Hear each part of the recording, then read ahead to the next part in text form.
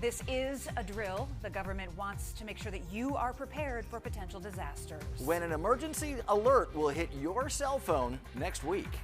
It's only the second time they've tested the wireless network nationwide. How you're going to be notified in case the unthinkable happens. Well, the month hits October later this weekend, but it still feels like plenty of summer is here in the forecast. I think it's fun that it's become part of like our DNA here at Southside. And a really fun day at Concord Southside where kids spent the day reading, writing, and moving. Plus, Friday Night Football is back with one of the biggest high school games in the Hoosier State tonight at New Prairie High School, where the Cougars will host undefeated South Bend Riley. And ABC 57's Roundup returns with the biggest stories we covered for you this week. And any new updates on what's going on across Michiana. Live across Michiana, this is ABC 57 News. You're watching ABC 57 News here at 5:30. Hello again, everyone. I'm Brian Coneybear. And I'm Jennifer Copeland. Be prepared for an emergency alert on your cell phone next week. 2 federal agencies are set to send warnings out to test the nationwide notification system. But don't panic, this is only a test. ABC 57's Annie Kate is live outside the St. Joseph County Emergency Management Agency with what you need to know about this. Annie. Yeah, Brian, Jennifer, it's a story of what ifs. What if something terrible happens? What if there's an emergency? Well, we're used to seeing emergency alerts maybe on local TV or we hear it on the car radio, but nowadays to reach everyone, the message needs to be right here on our phones. This is important. This drill is important. What if something bad is happening? Such as a water main break or, and God forbid, an active shooter or some sort of situation where we need information to get out, like a missing person. We are used to seeing emergency alerts on our radios and televisions, but nowadays, that's not enough to reach everyone. But everybody has a smartphone on them. Everybody is attached to the hip to their phones. So the Federal Emergency Management Agency created iPause. All the resources of the federal government are behind this to develop it. Integrated Public Alert and Warning System, an internet-based system to send emergency alerts over cell phones. All the major carriers have agreed to allow what they call iPause. A lot of people think it exists already. Well, it's a developing process, is the best you can say. There will be a nationwide emergency alert test next week. This is a big drill. It's been years in the planning. It's only the second time they've tested the wireless network nationwide. It will be Wednesday, October 4th at roughly 2:20 p.m. Eastern Time. The systems that send alerts over the radio and television will also be tested at that time. The message on our phones will read, "This is a test of the National Wireless Emergency Alert System. No action is needed." Or if your phone is set to Spanish, it will appear like this. When you get something like an Amber Alert, it's jarring. You notice it. And Ashley Ochap with the South Bend Police Department says the technology could expand and localize as it develops. We at the police department and every other agency around here is at the mercy of social media and our local media to help us get the word out. Right now, there's no way for us to be able to send out a mass message. So it'll be interesting for us to be able to see how this technology might evolve, to see if we might be able to use this on a local level so that there is a situation. But the catch for the public, notifications must be turned on. Just remember that if you do have them turned off, to potentially reconsider, because this is very life and death type stuff that you will be seeing. Now, one thing to note, in the event of a government shutdown, it is unclear that the actual test will happen next week. The deputy director of St. Joe County Emergency Management says it will likely be a game day decision the day of the test. So we just have to follow closely and see how that all shakes out. Reporting live in South Bend, I'm Annie Kate, ABC 57 News. Annie, thank you for the heads up. Everybody, pay attention to those cell phones. Thank you. And a last-ditch bill to avoid that federal government shutdown in Washington failed today. 21 House Republicans joining Democrats in voting down the proposal that would have cut government spending by 30% in most departments. So right now, it looks like millions of government workers will be furloughed and non-essential services will shut down, frustrating many, including Indiana's U.S. Senator Mike Braun.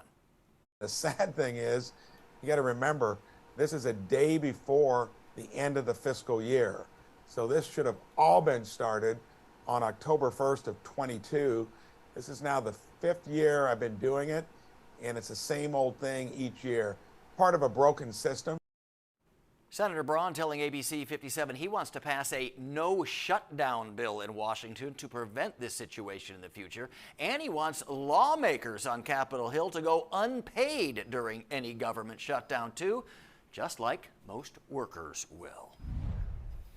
Now to the ABC 57 News Roundup. A look at the biggest local news stories this week and the latest updates on them.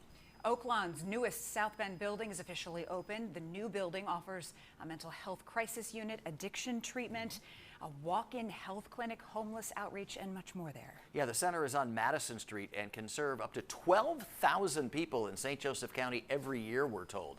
Earlier this week, ABC 57 News gave you an inside look at that new facility. You can find that story and much more information on our website at abc57.com. And we have an update now on the ATM outage affecting several banks in Michiana. Everwise telling us that the issue has been resolved and they're in the process of bringing ATMs back online. They did not give us a timeline on when everyone can expect them to be back in working order or the initial cause of that issue, though.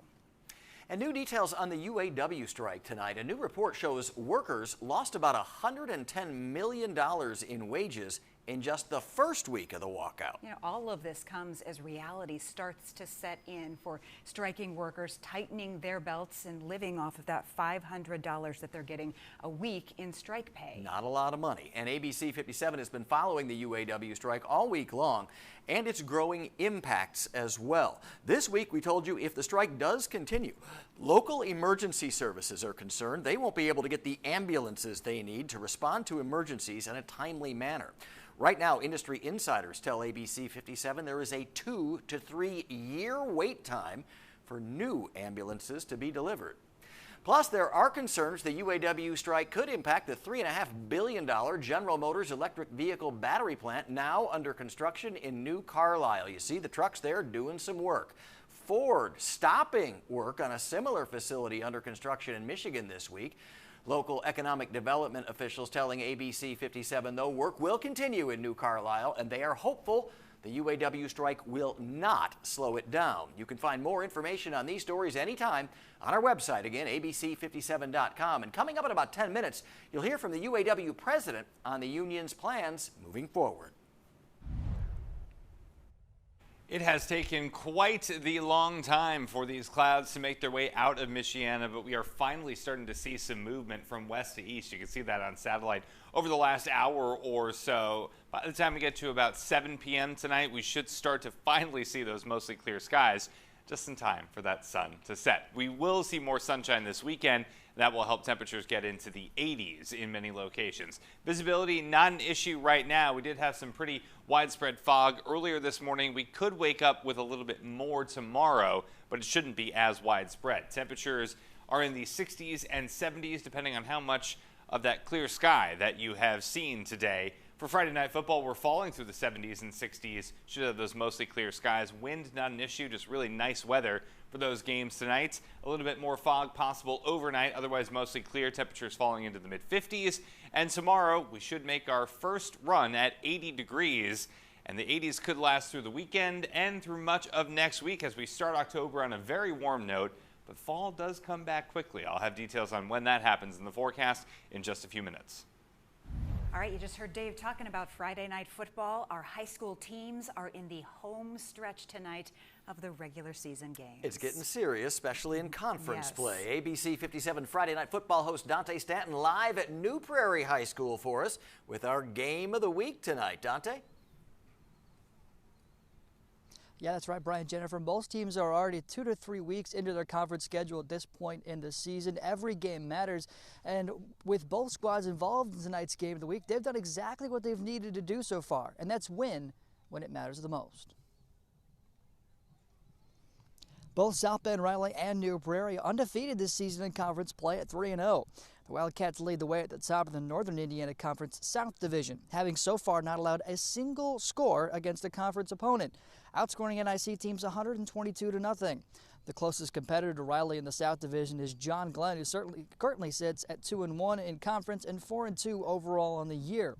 Meanwhile, the New Prairie Cougars find themselves at the top dog in the Northern Division of the NIC, outscoring conference opponents 109-39 so far.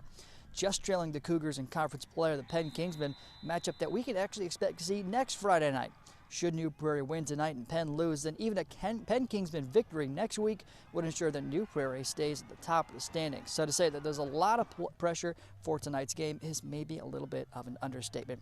This big-time conference matchup starts at 6:30 Central Time, 7:30 Eastern. We'll have all the highlights from our game of the week tonight on Night Team at 11. Reporting live in New Carlisle, Dante Stanton, ABC 57, Friday Night Football. Should be a lot of fun, Dante. Thank you. Well, the Ohio State-Notre Dame game generated record revenues on campus and potentially in this entire South Bend region, too.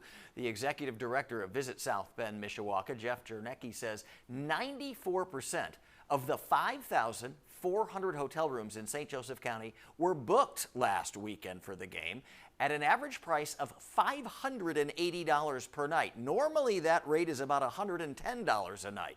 The average Irish home football game brings in about $26 million in economic impact. The university says they're still tabulating the overall numbers for last week, but we will certainly keep you posted. And this Saturday, another top 20 showdown under the lights. Notre Dame on the road at Duke University. And the ABC 57 kickoff team, Allison Hayes, Vahid Sadrazadeh, and Levon Whitaker, will get you ready for it all from 11 a.m. to 12 noon tomorrow. And the game will air only here on ABC 57, 7:30 Saturday night. In an ABC 57 Community Watch, Concord Southside's 10th annual Read, Write, and Move event kicking off today. There you go. You get to hear a little bit of it, too. That's the Concord High School drumline, and they got the school and all those kids moving. A lot of school spirit alive this morning to kick off the day. There were also some other fun activities just to get those kids participating in and getting some of those favorites in. Mine is the capture fight because I get to move and play with some friends of mine and get to that moving. So I'd say reading, probably reading, because you can just create a picture in your mind of whatever you read. I love it. The purpose of this event is to raise money for the school and get those kids engaged in reading and writing, and it sounds like it was very successful at that, also getting the kids outside and moving. We were looking for alternate ideas for fundraisers, and we really, also at the time, we were having less field trip opportunities for our kids. We noticed that there were just some things that they were missing out on that we wanted to give them a chance to do. They had guest readers from the school district, the community, and other Concord students in junior high and high school. The Elkhart Public Library was out there handing out free books to every student. What a great event. Love it. Coming up next on ABC 57 News, the UAW expanding its strike once again today. Thousands more workers joining the walkout coast to coast. I'm calling on an additional 7,000 members across Ford and GM to go on strike. Coming up, why one of the big three automakers is being spared this time. And if you ask someone to wake you up when September ends, you might be a little confused because it still feels like summer in the forecast.